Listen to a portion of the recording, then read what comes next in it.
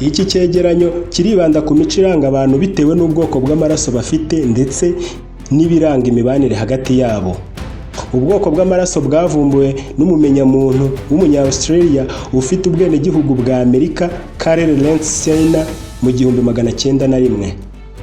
Iki ni igice cya kabiri. Wowe wakoze subscribe ndagushimiye. Wowe utarayikora nakubwira iki? Nitwa Paul Biri, iyi ni PBO TV, ikaze.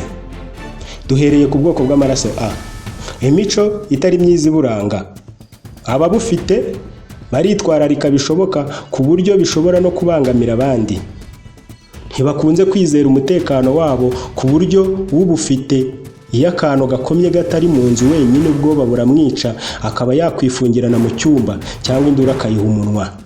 Ntibakunda kuruhuka ahubwo usanga batekereza ku tuntu n'utundi. Ntibakunze kubona ibitotsi byo gushyirwayo. Marangamutima yabo aba ari hejuru. Bakunze gukunda bakimarayo ariko baba bakwanze nabwo bakimarayo. Ntibakunze kubona ibitotsi. Nk'iyo bicuye hagati mu ijoro akenshi kongera gusinzira birabagora. Bakunze guhorana ubwoba bw'ejo hazaza kabone n'ubwo baba ari abaherwe. Bakunze kwikanga ubusa. Imico myiza ibaranga. Bagira isuku. Banga umuntu wandarika ibintu cyangwa ugira akavuyo. Baritwararika cyane. Mu bintu bisaba ubunyangamugayo nko kugurizwa amafaranga bakunda kubyitwararikamo. Bagendera ku mategeko cyane, barizera cyane. Bakunda gusoma ibitabo, bakunze kwita ku muco cyane cyane waho bavukiye. Baribwiriza, banga abantu babatunguza ibintu batigeze babamenyesha mbere. Bagira impuhwe. Bazi kwishyira mu mwanya w'abandi igihe babagejejeho ikibazo. Bagira kwihangana cyane. Bakunze kuba imbata y'ikintu cyangwa umuntu bakunze. Bakunze kubahiriza inshingano bahawe. Bafata umwanya uhagije wo gutekereza no gusesengura byimbitse ku bintu. Bakora ibintu bagamije kubinoza neza ku buryo nta nenge n'imwe ibigaragaramo. Bakunda abantu bahora bishimye kubera ko bagira amarangamutima menshi. Bakunda umuntu ugendera kuri gahunda. Ku ishuri abanyeshuri bafite ubu bwoko bw'amaraso biragoye mu kizamini kuba wasanga basubije ikibazo cya gatanu icya kane bataragisubiza. Bakunda kugendera ku murongo. Mu kazi ntibajya bakunda gusigana n'abandi kandi bakagakora neza. Bazi gukorera mu matsinda n'abandi, teamwork. Kugira ngo mukorane neza bisaba kubasobanurira uruhererekane n'urukurikirane rw'ibikorwa kimwe ku kindi nta na kimwe utarutse. Imirimo bashobora gukora, bakunze kuvamo abashakashatsi cyangwa se abavumbuzi kuko bakunda gusoma cyane no gutekereza cyane. Bashobora kuba ba editors, abatokozi, kuko ari abantu bakunda gukora ibintu bitarimo inenge.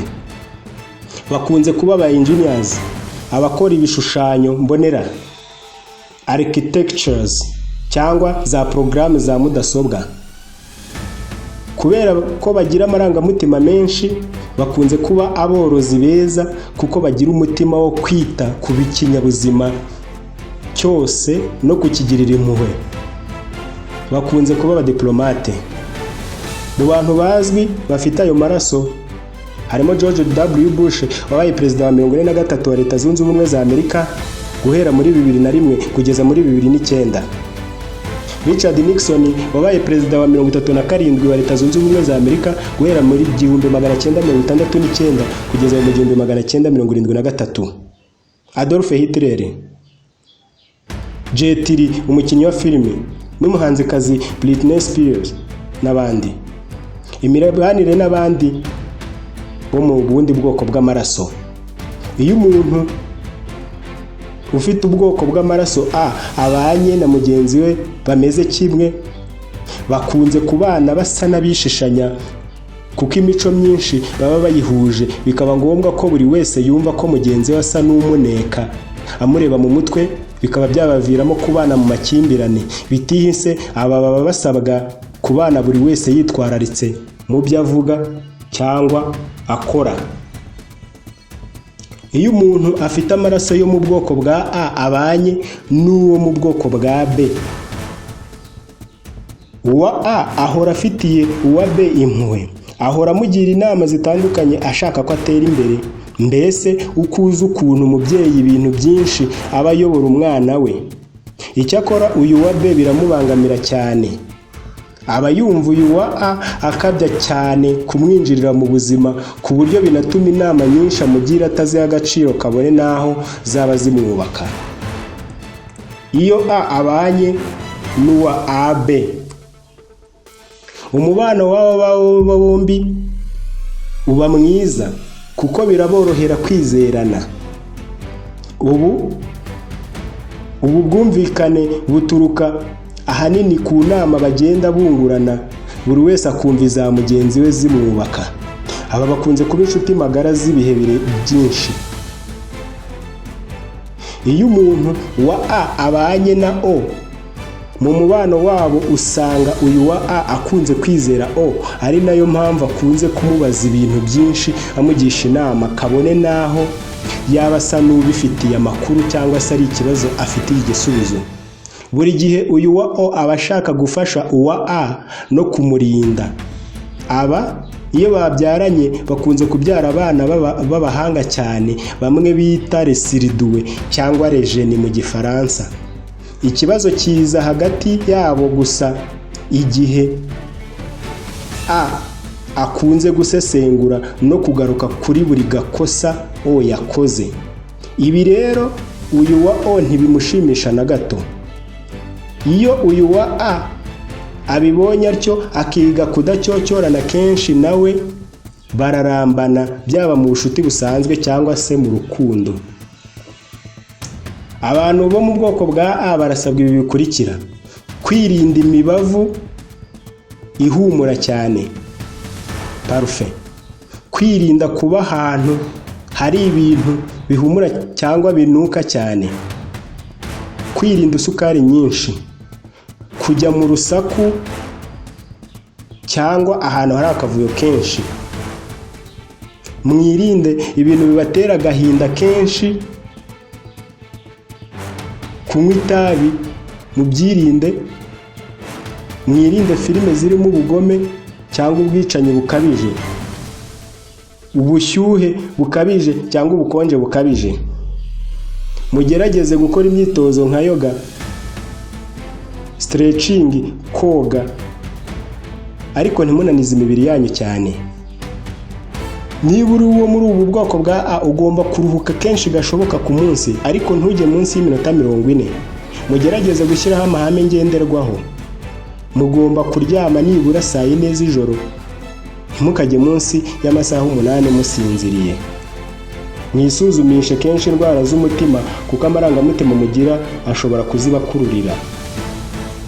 Ubwoko bw'amaraso B, imyitwarire itari myiza. Ni bamwe usanga bakunda guhinda mu bije byose, kumucyaha cyangwa kumugaya ntacyo bimutwara. Bakunze kugira ikigare bagendana nacyo aho bagiye hose. Barahindagurika kenshi, ku bw'ibyo biragoye kumenya uko bateye. Barikunda bikabije, bakunze guharanira gusohoka no kujya mu birori bitandukanye, batitaye ko amafaranga basohotsemo yagakoze ibindi by'umumaro kuri bo. Kabone n'aho iwabo baburara, icyo bapfa nuko basohoka. Bakunze gufata icyemezo bakongera bakagihindura. Uyu munsi ashobora kuba yari afite umukunzi cyangwa se umufasha, ejo ukumva ngo yaramuretse kandi yamaze kumusimbuza undi, kandi ukabona ntacyo bimubwiye. Akenshi uhita wibaza niba byari imikino. Bakunze kugira ibitotsi byinshi. Kubera ukuntu bahindagurika buri munsi, usanga badakunze kwizerwa no kubaka ingo birabagora. Ntibajya basoza cyangwa ngo buzuze inshingano bahawe. Ntibakunze gukurikira inzozi zabo.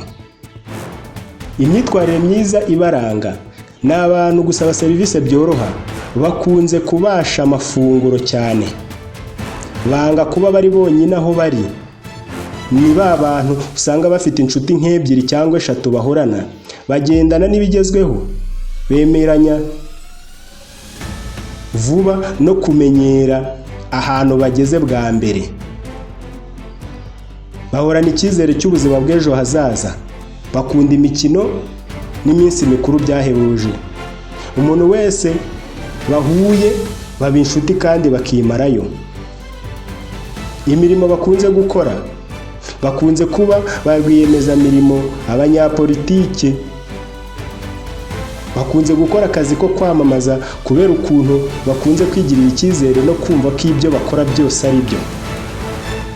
Abantu bazwi bafite ubu bwoko bw'amaraso bwa B barimo Leonardo DiCaprio, umukinnyi wa filime ya Titanic, na John Depp ndetse n'abandi. Uko umuntu afite aya maraso abana n'abandi, usibye uwo mu bwoko bwa B n'ubundi, ariko abandi bo mu bundi bwoko bw'amaraso babana neza. Kugira ngo ubashe gufatisha uyu muntu mu rukundo bisaba ko uhora uhindagura nawe, nko kumutunguza impano zitandukanye, kumujyana ahantu atatekerezaga no kumusanga ahantu atabiteganyaga, kumuganiriza ibintu atakekaga nabyo bikamukora ku mutima. Abantu babiri bahuje ubu bwoko biragoye ko ubucuti bwabo bwakomera, kuko bimeze nko kwanika imyenda mu cyondo. Ni ba bantu baba bashaka kwitabwaho kenshi gashoboka, ariko bo ntacyo bibabwiye. Kubw'ibyo rero aba baba bakeneye ko hora bandikira kuri WhatsApp, SMS, kuri Instagram cyangwa email, kandi uzasanga kenshi badakunda gusubiza, nubwo bivugwa ko baba babihaye agaciro. Banga umunyamahame kuko batagendera ku mategeko. Icyo bakwiriye gukora ni iki: kwirinda kureba filime zibabaje cyangwa zikurura amarangamutima yabo cyane, kuko ni kimwe n'aba A. Nabo iyo bababaye biragoye kubyibagirwa no kubyikuramo byoroshye. Ibi bishobora no kubatera kubura ibitotsi mu ijoro. Kwimenyereza imyitozo yo kubyina, koga n'indi ruhura mu mutwe nka yoga. Kugerageza kugendera ku mategeko aba yashyizweho kugira ngo abantu bakuru, abo babana cyangwa abakoresha babo babashe kubana neza. Gushyira imbaraga mu kumenya impano bafite no kuzibyaza umusaruro. Kugerageza gusubiza ubutumwa bandikirwa bizatuma abantu barushaho kubiyumvamo no kubona ko babaha agaciro. Kwihatira kumenya indimi nyinshi no gukina imikino ibafasha gutekereza cyane nka dame n'igisoro. Ubwoko bw'amaraso AB, imigirire myiza yabo: bakunze kuba indahemuka kubo bakundana cyangwa kubo bashakanye. Bakunze kugira ibitekerezo byihariye, bakunda gusoma ibitabo, birinda ko hari umuntu wamenya ubuzima bwabo bwite. Bakunda kugira ibintu bibashimisha nk'umuziki, umupira cyangwa filime. Birinda kugirana ibibazo n'abantu. Bagira ishyaka mu kwiyungura ubumenyi bunyuranye. Bakunze kuba batuje. Bakunze kwizera imbaraga abandi batabona z'ibitangaza, nko kwizera cyane ibyo barose mu nzozi. Nibwo bwoko bwizera cyane ubuhanuzi n'ibindi bijyanye n'imigenzo yo guterekera kurusha ubundi bwoko bw'amaraso. Kenshi uzasanga ari abantu bagendera ku mategeko kandi bakaba bazi gukurikira inzozi zabo. Imico itari myiza ibaranga: barakazwa n'ubusa. Iyo mugiranye ikibazo batinda kubyakira, ibyo bigatuma badapfa kubabarira. Nibwo bwoko bufitwe n'abantu bake ku isi. Bagira inzika kurusha andi moko. Aba nabo baracanze mu mico, kuko hari ubwo ujya kubona ukabona yaba imico y'amaraso ya A na B yose barayifite. Iyo bababaye ntibabasha kubivuga. Ibi bishobora kurushaho kubatera umubabaro muri bo. Imirimo bakunze gukora: bakunze kuba abayobozi b'ibigo, managers, abarimu, abazi kumvikanisha ibigo, negotiators. Mu bantu bamenyekanye bayafite harimo John Fitzgerald Kennedy, wabaye perezida wa 35 wa Leta Zunze Ubumwe za Amerika kuva mu 1961 kugeza mu 1963, wavuye ku butegetsi arashwe. Jackie Chan, umukinnyi wa filime w'umushinwa, Barack Obama na Marilyn Monroe n'abandi. Mu kazi usanga bumvikana n'abo bakorana, bakunze kunga bagenzi babo igihe bagiranye amakimbirane.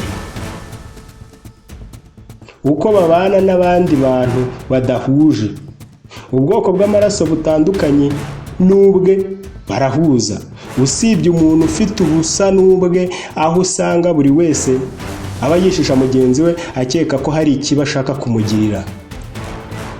Umubano wa AB n'umuntu wa O uba wihariye kuko bakunze guhuza bakaba inshuti cyane ku buryo buri kimwe bakoranye kigenda neza. Bakunda abantu b'inyangamugayo batagira uburyarya, bakunda abantu bagira intego mu buzima. Ubwoko bw'amaraso O, imico itari myiza iburanga.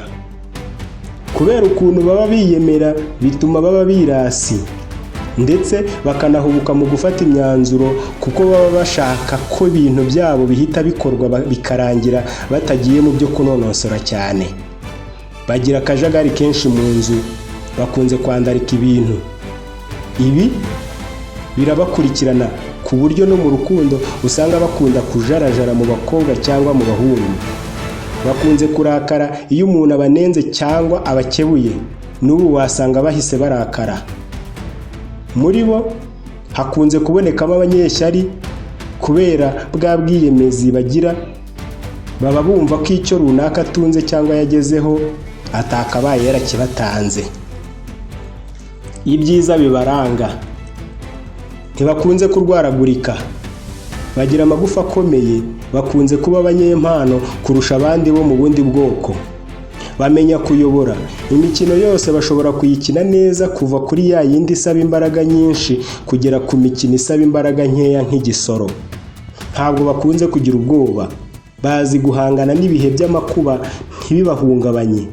Mu gihe cy'intambara cyangwa ibibazo usanga aribo bakomeza abandi babumvisha ko bizarangira neza. Nibwo bwoko bugirwa n'abantu benshi ku isi. Kuvugira mu ruhame n'imbere y'abantu biraborohera igihe babisabwe. Ntibakunze kugira amasoni, bakunda gufasha abandi. Ibi nibyo bibakururira inshuti nyinshi. Bakunze kugira ubuntu. Imirimo bakunze gukora, bakunze kuba abatoza b'amakipe y'imikino itandukanye, kuba abanyamakuru kandi babishoboye, abakanserazi bavura imitekerereze, abashinzwe amakuru mu bigo public relations officers, abaririmbyi, abashyushya rugamba. Ku kazi bagira umurava, ubwitange mu kazi burabaranga, bamenya gukora ibintu byinshi icyarimwe. Mu gutanga raporo mu kazi usanga bakunda guca inzira za bugufi. Mu bantu bazwi bafite ubu bwoko harimo Elon Musk, Salman Khan umukinnyi wa filime w'umuhindi, Jennifer Lopez na Mark Wahlberg umukinnyi wa filime. Uko babana n'abandi, iyo umuntu wa O abanye n'undi wa O birumvikana ko bahuje byinshi. Iki ni ikibazo ubwacyo mu miterere yabo karemano kuko buri wese ahora ashaka kuyobora undi. Ibi bituma batumvikana cyangwa ngo bacirane bugufi. Iyo O na AB bakoranye ubucuruzi bakunze guhuza ibitekerezo by'udushya n'imikorere muri bwo bigatuma batera imbere cyane. Iyo O na B babanye baganira birekuranyeho, icyakora O ahora yibaza impamvu uyu wa B ahora ahindagurika umunsi ku wundi. Ibi bikunze gutuma O atangira gutakariza mugenzi we wa B icyizere, ari nabyo bishobora kubashwanisha. Icyitonderwa cya mbere, niba mwumvise mufite ubu bwoko bwa O, nimukurikiza aya mabwiriza. Gerageza gushyiraho gahunda y'imikorere igabanyije mu buryo busobanutse neza, bugaragaza amasaha, iminsi, amezi cyangwa imyaka nk'ikimenyetso cyo kwimenyereza intego ushaka. Irinde umujinya w'umuranduranzuzi. Iyemeza intego. Mbere yo gufata umwanzuro, banza wihe igihe uwutekerezeho bihagije, aho biri ngombwa ugisha inama umuntu wizeye. Irinde kunanirwa cyane. Gerageza kunonosora no gusesengura byimbitse ibyo uri gukora, bizatuma wa murava wawe utanga umusaruro kurushaho. Icyitonderwa cya kabiri: niba ukundana, ubana cyangwa ukorana n'umuntu ufite ubwoko O, kora ibi bikurikira. Icya mbere, fata guhakana kwe nko kwemeza, kuko barangwa no kudahakana kenshi. Icya kabiri, ni byiza kwirinda impaka no gucyocyorana nawe kuko babyanga urunuka. Icya gatatu, bashimagize, ubereke ko bazaba bihangange, ibi barabikunda. Icya kane, bashimire ibyo bakoze nubwo byaba bito.